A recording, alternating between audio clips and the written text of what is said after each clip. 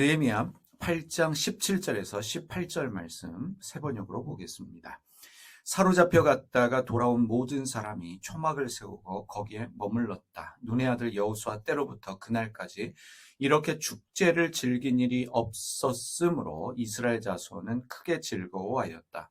에스라는 첫날부터 마지막 날까지 날마다 하나님의 율법책을 읽어주었다. 백성은 이레 동안 절기를 지키고 여드레째 되는 날에는 규례대로 성회를 열었다.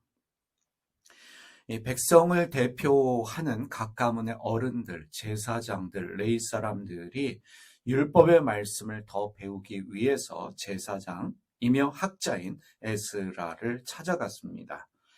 그들은 에스라를 통해서 초막절, 절기를 지켜야 된다는 말씀이 율법에 기록된 것을 발견했습니다. 각 가문의 어른들, 제사장들, 레위 사람들이 학자 에스라에게 찾아가서 초막절에 관한 말씀이 율법책에 기록되어 있다라는 것을 발견했고, 그래서 이 사실을 이스라엘 사람들에게 널리 알려주었습니다. 8장 15절의 말씀을 보겠습니다. 또한 그들은 책에 산으로 가서 올리브나무와 들올리브나무와 소귀나무와 종려나무와 참나무의 가지를 꺾어다가 초막을 짓도록 하라는 말이 기록되어 있기 때문에 그 말을 이스라엘 자손에 사는 모든 마을과 예루살렘에 널리 알려야 한다는 것을 알게 되었다. 이 각 가문의 어른들과 제사장, 레위 사람들을 통해서 초막절 절기를 지켜야 된다라는 것을 알게 된 사람들이 초막을 세웠습니다. 그리고 초막절을 지켰고, 그리고 성경에 말하기를 사람들은 눈의 아들 여호수아 때로부터 그날까지 이렇게 축제를 즐긴 일이 없었으므로 크게 즐거워하였다라고 말하고 있습니다. 이스라엘 자손들이 율법의 말씀을 알게 되었습니다. 그래서 초막절을 지켰습니다. 온 공동체가 기쁨으로 충만했습니다. 기쁨으로 절기를 지켰고, 절기를 지킴으로 감동과 은혜가 공동체 안에 넘쳐났던 것입니다. 그러면 질문해 보겠습니다.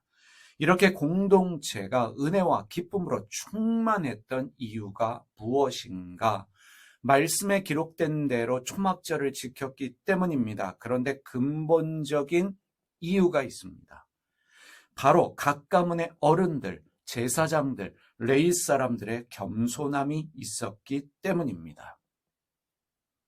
각 가문의 어른들, 제사장들과 레위 사람들은 율법의 절기에 관한, 이 초막절 절기에 관한 기록이 있다는 것을 알지 못했습니다. 각 가문의 어른들, 제사장들, 레위 사람들은 당연하게도 율법의 지식을 요구받는 사람들입니다. 특별히 제사장과 레위 사람들은 종교 지도자들입니다. 그런데 이들이 알지 못했습니다.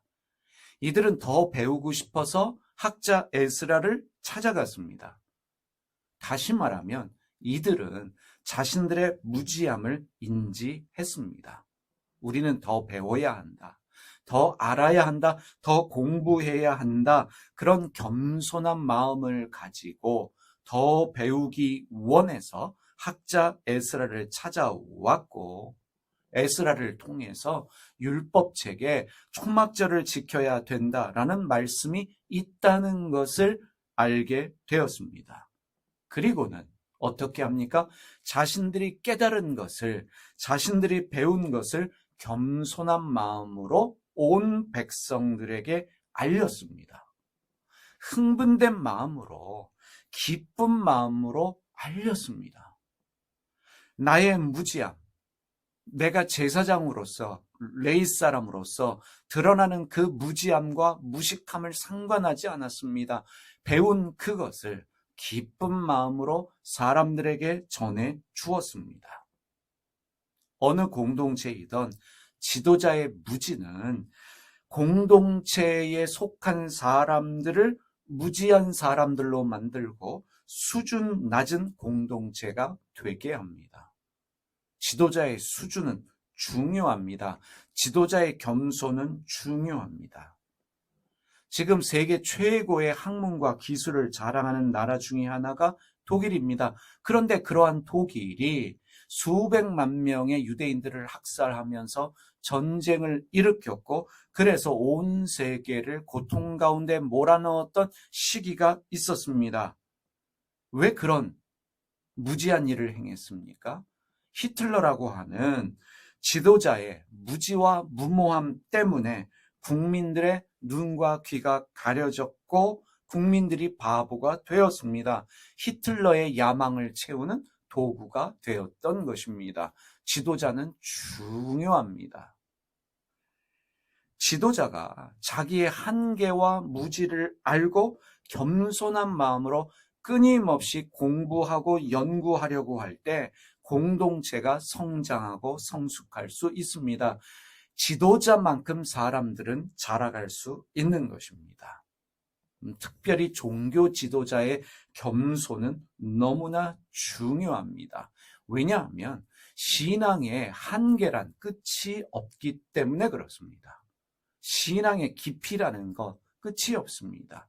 신앙의 높이라는 것, 신앙의 길이, 신앙의 넓이는 끝이 없습니다. 한계가 없기 때문에 종교 지도자들은 끊임없이 공부하고 끊임없이 배워야 하는 것입니다.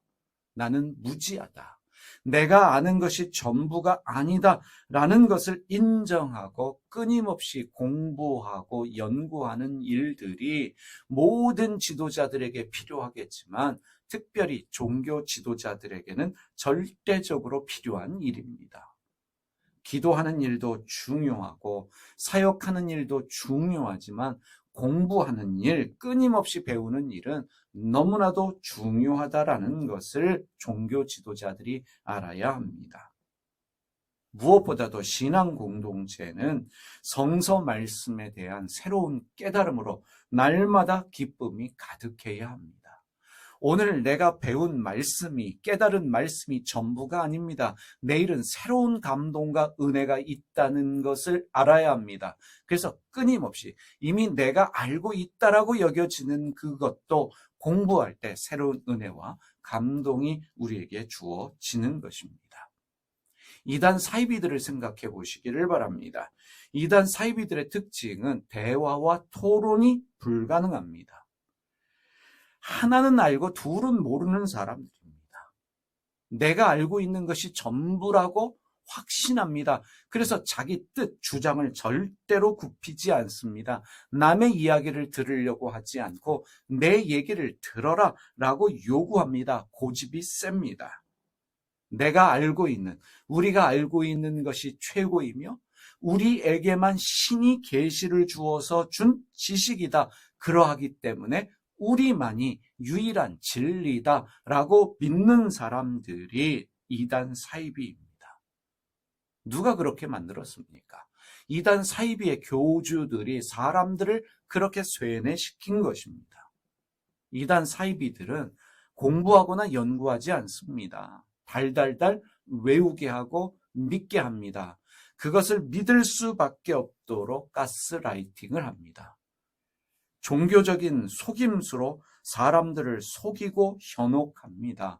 천국과 지옥, 복과 저주, 구원, 원색적인 표현들을 통해서 사람들을 조종하려고 합니다. 심지어 사람들을 협박하거나 사람들에게 거짓말하면서 전도 활동을 하기도 합니다. 어떤 사이비 이단은 개역 한글 의회에는 절대로 다른 성경을 읽지 못하게 합니다. 영어 성경 아니면 원어 성경 읽지 못하게 합니다. 공자는 평생 배움을 추구했던 사람이고 배움에는 끝이 없다라고 말했고 그리고 실천했던 사람입니다. 공부에는 끝이 없다. 그래서 평생 공부했던 사람이 공자입니다. 나이를 먹는 것만큼 새로운 배움의 경지가 열린다라고 믿었고 그것을 추구하며 즐기던 사람, 그가 공자다라고 말합니다. 나이를 먹는 것만큼 새로운 배움의 경지가 열린다. 우리가 새겨야 할 중요한 부분입니다. 이 만년의 공자는 자신에 대해서 이렇게 말했습니다.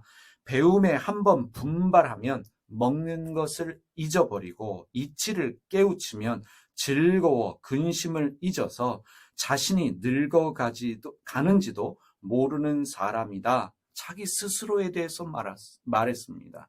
공부하는 즐거움, 공부가 좋으면, 배우는 게 즐거우면 먹는 것도 잊어버리고 이치를 깨달으면 너무나 즐거워서 근심도 잊어버리게 되고 내가 늙어가는구나, 내가 나이 들어가는구나, 그것도 잊어버리게 된다라고 말하면서 나는 이러한 즐거움을 누리고 있다. 공자 자신이 말했습니다.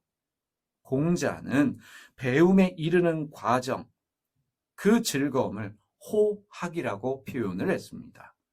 그래서 배우는 사람, 배우는 즐거움이 있는 사람을 호학자라고 말합니다. 공자가 말하는 호학자는 이런 사람입니다. 먹음에 배부름을 구하지 않고 생활함에 편안함을 추구하지 않는다. 일은 민첩하고 말은 신중하게 한다. 가르침이 높은 사람에게 나아가 자신을 바르게 고쳐나간다. 나는 이런 사람을 호학이라고 이르리라. 나이가 들어가지만 여전히 부족하다는 것을 알고 나보다 가르침이 높은 사람에게 나아가 자신을 바르게 고쳐나가는 사람, 그가 호학이다. 가문의 어른들, 제사장들, 레위 사람들은 바로 이러한 호학자들이었습니다. 자신들의 부족함을 알고 학자 에스라에게 가서 배웠고 그 배운 것을 백성에게 알게 한 사람들이 바로 느헤미야 당시의 지도자들이었습니다. 신앙 공동체의 지도자는 호학자가 되어야 합니다.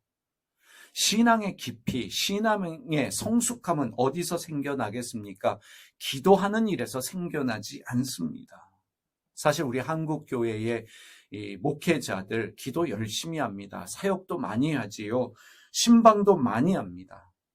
그래서 큰 예배당도 지었고 많은 사람들이 교회에 나오고 있지만 그것이 신앙의 수준이다 말할 수는 없습니다. 지금 한국 교회의 목회자와 교인들의 수준은 어떠한가? 우리는 스스로 질문을 해야 합니다. 사람은 많지요. 그런데 큰 소리로 기도하며 많은 사역도 하고 있지만 실제로 예의도 없고 무례한 사람들이 많다라는 평가를 받는 것이 사실입니다. 외부에서 기독교인들을 볼 때 예의가 없다, 무례하다, 윤리성이 떨어진다라는 이야기를 듣고 있습니다. 여러 가지 요인이 있겠지만 가장 중요한 이유는 종교 지도자들이 배움을 지속하지 않기 때문입니다. 끊임없는 배움을 통해서 자기를 성장하고 성숙시키는 일을 하지 않기 때문입니다. 나의 무지함을 깨닫고 겸손한 마음으로 배워야 합니다. 성서를 당연히 배워야 하겠지요. 때로는 타 종교의 말에도 귀를 기울일 수 있는 겸손함이 있어야 합니다. 오늘 우리가 잠시 공자님의 말씀을 살펴보았는데 나이가 들면 더 자신보다 뛰어난 사람에게 가서 배워야 한다는 이 말씀은 우리가 귀를 기울이며 새겨야 할 중요한 말씀입니다. 고전과 철학을 비롯한 다른 학문에도 관심을 가지고 배우는 겸손함과 열심이 목회자들 뿐만 아니라 교인들에게도 있어야 합니다. 목회자의 수준이 교인들의 수준입니다. 종교 지도자들이 겸손한 마음으로 배움의 자세를 가질 때 교인들도 낮아져서 겸손한 마음으로 배우는 삶을 살게 될 것입니다. 오늘도 여러분 이런저런 모양으로 배움을 이어가는 날 되시기를 바랍니다. 기도하겠습니다. 하나님 아버지, 이스라엘 백성들의 어른들이, 제사장들이, 레위 사람들이 자신들의 무지함과 무식함을 인지하고 학자 에스라에게 가서 배움을 청했을 때 공동체의 은혜가 넘쳤습니다. 기쁨으로 충만했습니다. 오늘 종교 지도자라고 말하는 분들 안에 이러한 겸손함이 있게 하여 주시고 끊임없는 배움을 추구하는 그러한 호학자들이 되게 하여 주시옵소서.